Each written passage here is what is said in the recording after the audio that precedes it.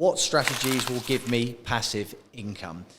There's lots of different strategies that will give you passive income. The three main ones for me are when you're looking at stocks, which is investments into companies essentially, or funds, which is investments into lots of different companies. Try and find ones that will pay you dividends. So look for dividend-paying stocks or dividend-paying funds. That's just a reliable source of income for you.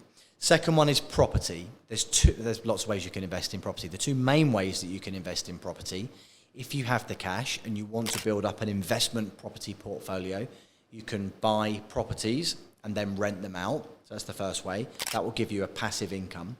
The second, if you can't afford to buy a property, or you're not ready for that yet, or you don't want the hassle, you don't want the stress, you can invest into property funds. So it might be a property fund, it might be something called a REIT, an R-E-I-T, which is a real estate investment trusts. Sometimes people prefer buying property funds or REITs, investments into REITs, because then you benefit from purchasing a property or a slice of a property.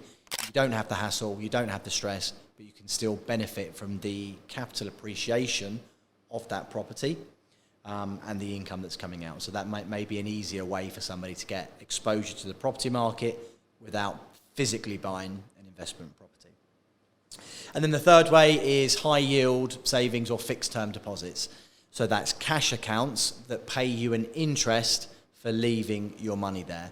Lots of different types. Every bank offers it. Some of them will be shorter term, some of them will be medium term, some of them will be longer term. It just depends on you, what your objectives are, how long you want to leave the money tied up for, and they will give you a rate of return, essentially, for you giving them your money.